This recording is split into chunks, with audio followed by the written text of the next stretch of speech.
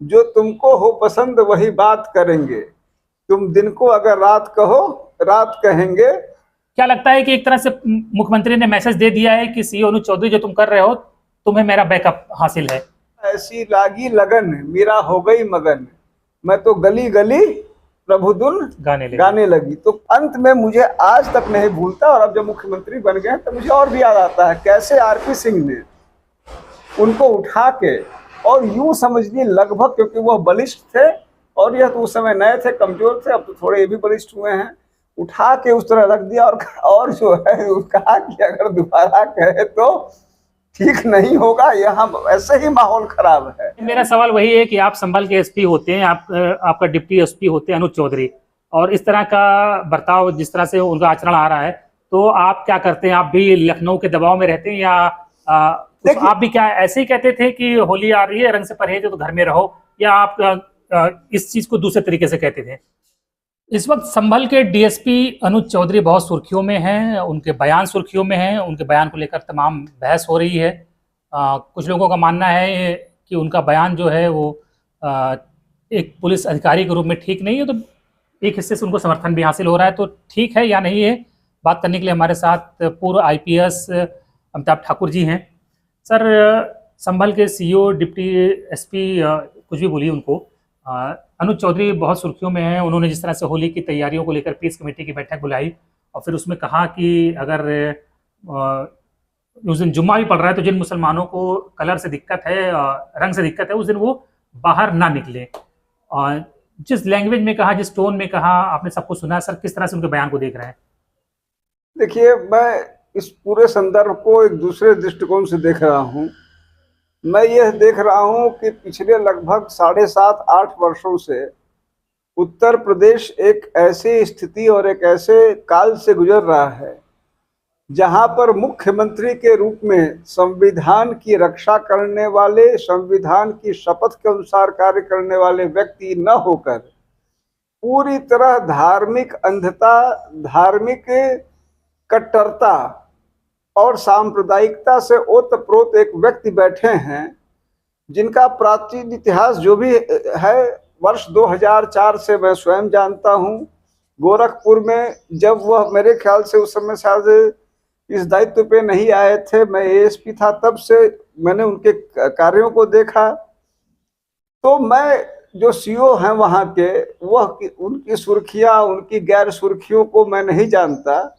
यह जरूर जानता हूं कि ये या इनके जैसे और तमाम अफसर जो मौजूदा समय में अत्यंत धार्मिक और हिंदू धर्म के प्रतिबिंब और हिंदू धर्म के रक्षक बने दिख रहे हैं, यह सब के सब सिर्फ एक मंशा से, मेरी दृष्टि में और मेरी निगाह में इनकी सिर्फ एक मंशा है, मुख्यमंत्री को प्रसन्न करना, मुख्यमंत्री के चहेते बने रहना और अपने उद्देश्यों को, और उद्देश्य इस प्रकार का जो कार्य करेगा उसके उद्देश्य कभी भी पवित्र नहीं होंगे। अपने अपवित्र उद्देश्यों को पूर्ण करने के लिए, मुख्यमंत्री के गुड बुक्स में बने रहने के लिए, जो उन्हें पसंद है, उन्हें जो तुमको हो पसंद वही बात करेंगे, तुम दिन को अगर रात कहो रात कहेंगे।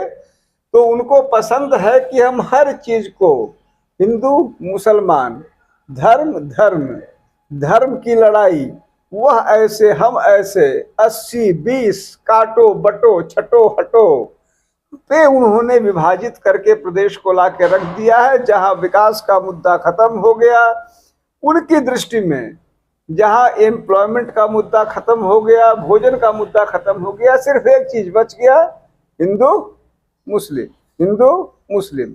और उसी का ये सारे अफसर नाजायज अनुचित फायदा उठा रहे हैं। मैं इनको स्वतंत्र किरदार के रूप में कुछ नहीं मान रहा, मैं इन्हें एक छोटा सा प्रतिबिंब मान रहा हूं श्री आदित्यनाथ का, जिनको किस्मत ने एक उच्च दायित्व दिया था स्वयं को स्थापित करने, देश और समाज का, प्रदेश का भला करने के लिए, लेकिन जिन्होंने पूरी ऊर्जा इस बात पे जाया कर दी कि हम हिंदू मुसलमान करते रहेंगे। मुख्यमंत्री ने कल एक न्यूज चैनल पर इंटरव्यू दिया और जब उनसे उस सीईओ के आचरण के बारे में बात हुई तो उन्होंने उसको एक तरह से बैक किया और कहा कि वो पहलवान है, पहलवान की तो ऐसी भाषा होती है, तो वो पहलवान रहा होगा। अभी तो सीईओ है ना, पहलवान की और सीईओ की, एक प्रशासनिक अफसर की लैंग्वेज में फर्क होना चाहिए ना सर। मैं फिर कहूंगा कि ऐसे अफसर जो हैं अब एक जगह, हाँ मैं कंप्लीट नहीं कर पाया। क्या लगता है कि एक तरह से मुख्यमंत्री ने मैसेज दे दिया है कि सीईओ अनुज चौधरी जो तुम कर रहे हो, तुम्हें मेरा बैकअप हासिल है? मैं इसको दूसरे ढंग से कहूंगा। मेरी निगाह में मैं मुख्यमंत्री के लिए अकेले सीईओ की कोई अलग कोई स्वतंत्र महत्व या स्थिति नहीं है। आप जानते हैं प्रदेश में मेरी जहां तक जानकारी है 1500 के आसपास डिप्टी एसपी होंगे।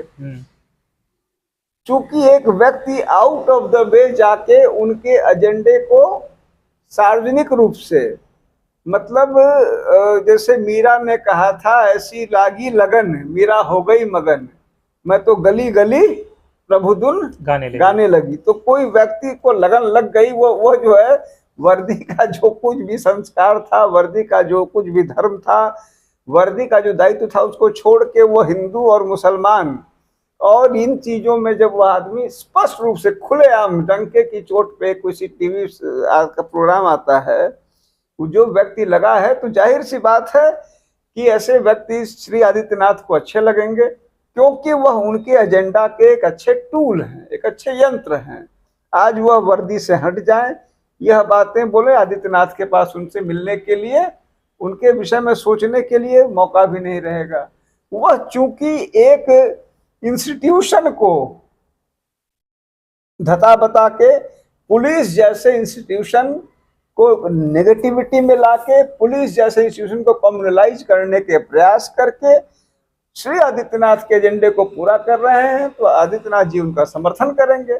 लेकिन मैं फिर कहूंगा कि इसके लिए मैं सीईओ को जिम्मेदार नहीं मानूंगा, मैं सिर्फ और सिर्फ आदित्यनाथ जी को जिम्मेदार मानूंगा, क्योंकि उन्होंने ही बुनियादी तौर पे इस प्रिंसिपल को चुना कि हम एक ऐसी पॉलिसी पे चलेंगे जहां divide and rule, religious lines पे हम डिवाइड करेंगे।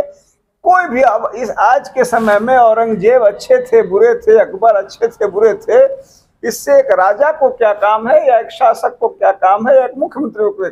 इतिहास का विषय हो सकता है, इतिहास का टिप्पणी करें। आपने औरंगजेब अकबर क्यों चुना? क्योंकि आपको लग रहा है, स्पष्ट है कि आप कह रहे हैं कि जैसे आज कपिल मिश्रा के संबंध में दिल्ली की एक अदालत ने कहा कि आप जानबूझ के ऐसे किरदार चुन रहे थे, ऐसे शब्दों का प्रयोग कर रहे थे कि लोगों में डिवीजन हो, और उसने कहा कि इनको मुकदमा हो। श्री आदित्यनाथ अनवरत ऐसे किरदार चुनते हैं, ऐसे मुद्दे चुनते हैं जहां पर पोलराइजेशन और डिवीजन की बात हो।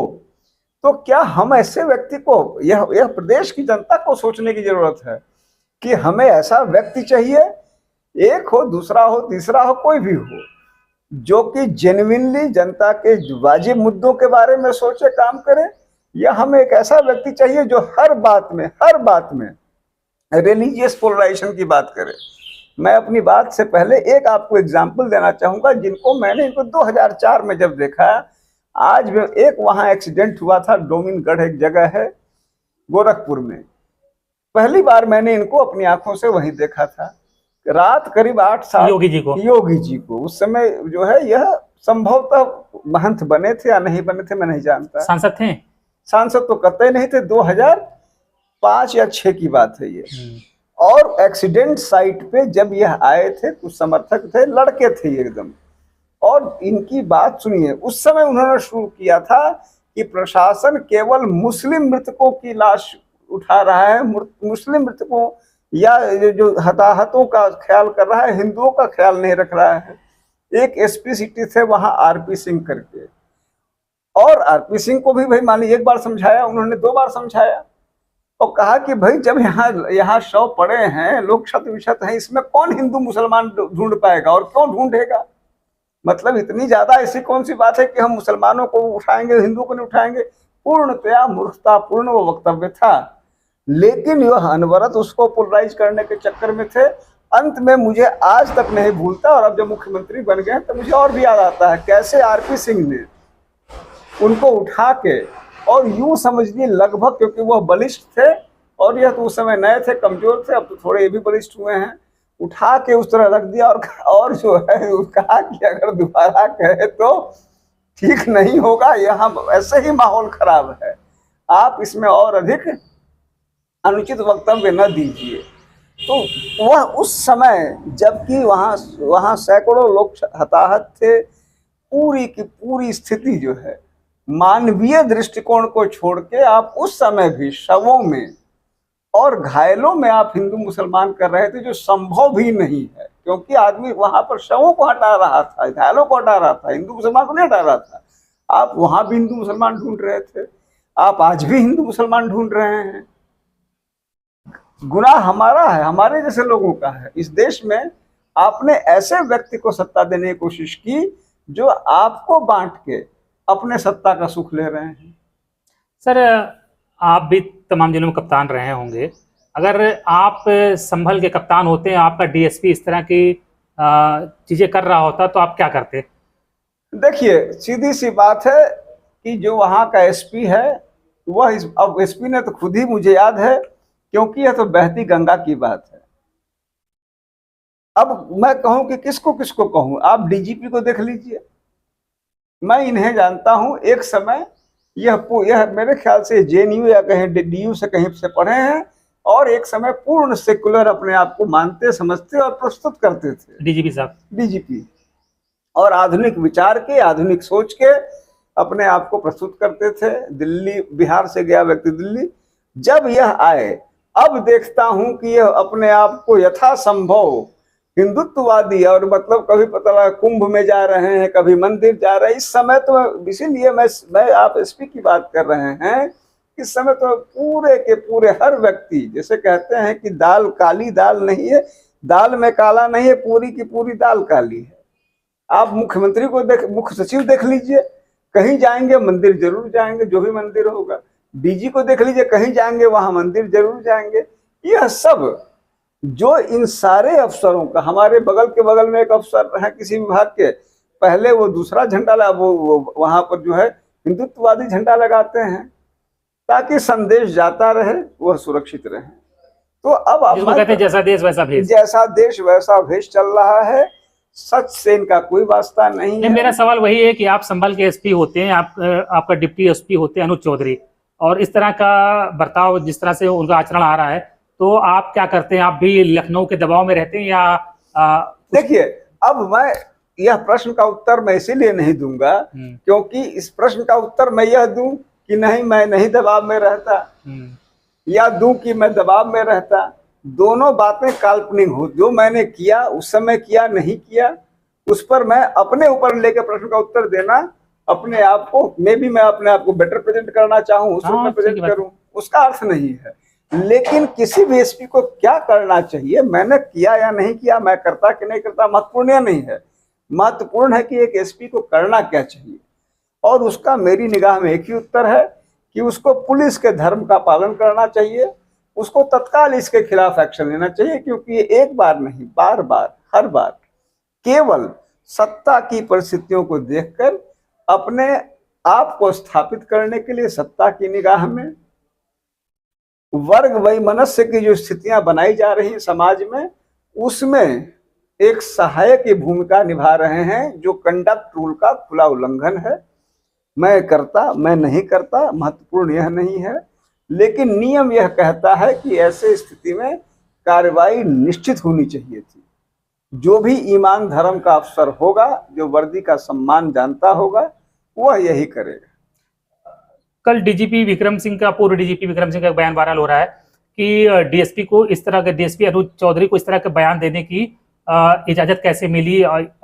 एक सीईओ रैंक का अधिकारी इस तरह का बयान नहीं दे सकता, कप्तान दे या जिले का एसपी दे, वो अलग बात है। तो उन्होंने कहा है कि अगर शासन से उनको अनुमति नहीं है तो उनको इसके खिलाफ नियमों के तहत उन पर कार्रवाई होनी चाहिए।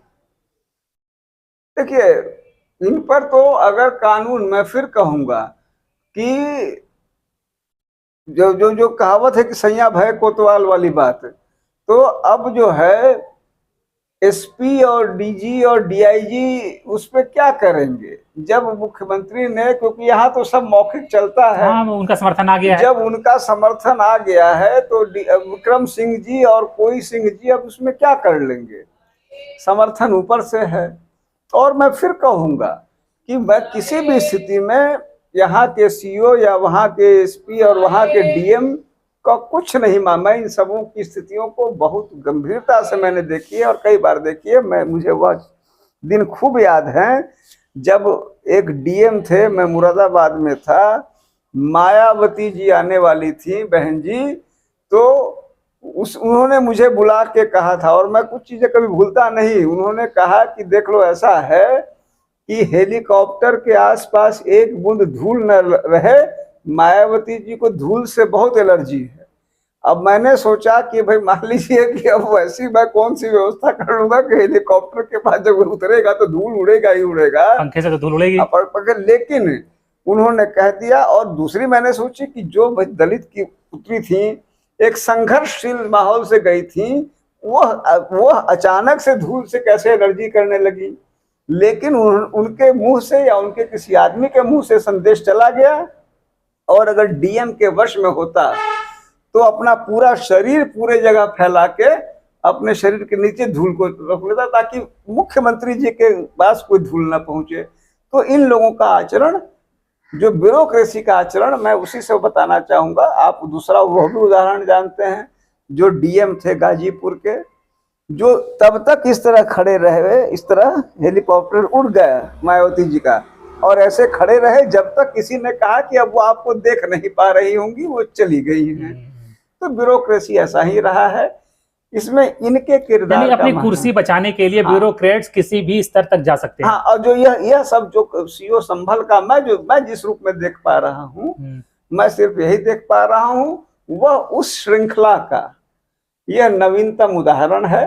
जैसा आपने कहा, जैसा, और कल को हो सकता है कहीं अखिलेश आ जाए, तब देखिएगा वो सब जो गमछा होता है, जो मुस्लिम संवर्ग का गमछा होता है, उसको पहन के सब इसमें से, इसी में से तमाम लोग रोजा इफ्तार करेंगे, रोजा इफ्तार करने लगेंगे, उसी घर में करने लगेंगे।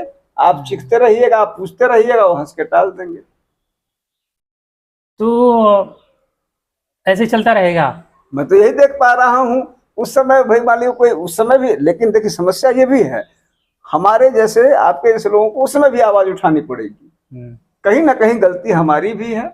आखिर यह स्थितियां जो बनी कि अगर, जैसे किसी ने कुछ दिन पहले कहा था कि जस्टिस चंद्रचूड़ के यहाँ जो कार्यक्रम हुआ उसमें मुख्यमंत्री प्रधानमंत्री जी आए, कुछ लोगों ने कहा कि भाई तो यही बात आपको अन्य चीफ जस्टिस जब कभी अगर किसी और में गए हों तब भी कहना चाहिए।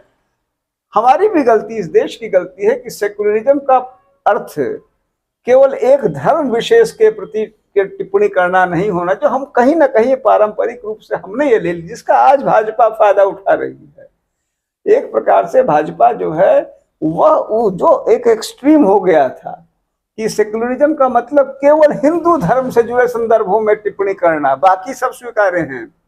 अगर डीएम चला गया किसी इफ्तार में तो वह माना जाएगा कि हम सर्वधर्म संभाव कर रहे हैं। और अगर चला गया हिंदू पुलिस में तो उसमें रिएक्शन, यह एक लंबे समय तक होता रहा, जिसका फायदा उठा के अब ये दूसरे एक्सट्रीम पे जा रहे हैं। तो कल को यदि स्थितियां बदलती हैं तब भी हमको, आपको उन चीजों के भी, अगर आप अफसर हैं, आप अफसरी कीजिए। धार्मिक विवेक के लिए दूसरे लोग हैं, वह गलती हम और आप करते हैं, हमें इस बात को स्वीकार करना होगा। आपने भी बहुत पीस कमेटी की बैठकें की होंगी और बुलाया होगा त्योहार से पहले, तो आप भी क्या ऐसे ही कहते थे कि होली आ रही है, रंग से परहेज है तो घर में रहो, या आप इस चीज को दूसरे तरीके से कहते थे? देखिए, अब मैं उस पर यह कहूंगा कि किस समय किसके मुंह से क्या निकलता है। जैसे मैं आपसे बात कर रहा हूं, आप मुझसे पूछ रहे हैं, सच हर चीज स्क्रिप्टेड नहीं हो सकता है। हम लोग श्री नरेंद्र मोदी जी की तरह लेकिन ये तो पता है ना सर आपको, जो आप बोल रहे हैं वो लैंग्वेज बोलने लायक है या नहीं, ये तो पता रहता है ना आपको। फिर कहूंगा आपको कि इसीलिए मैं, देखिए सीओ, अब क्या समस्या सीओ संभल के वो शब्द से ज्यादा उनकी भावभंगिमा और उससे भी ज्यादा उनका इतिहास है। अगर आइसोलेशन में वह बात किसी थर्ड आदमी ने कहा होता तब शायद आप और हम उस तरह से नहीं रिएक्ट करते। उनका पास्ट ऐसा रहा है। तो मैं इसीलिए कह रहा हूं कि कहीं ना कहीं, क्योंकि मैंने उन शब्दों को सुना तो शब्द सच कोई ऐसा मेजर ये नहीं मुझे लगा, कम से कम मुझे। लेकिन वह चूंकि लगातार ऐसी स्थितियों को उत्पन्न करते रहे जहां उन्हें एक हिंदूवादी नेता तो सुना था, अब जो नए आ गए हिंदूवादी अफसर, तो उन्हें एक हिंदूवादी अफसर के रूप में देखा जाए, जिसका उन्होंने सप्रयास यत्न किया लगातार।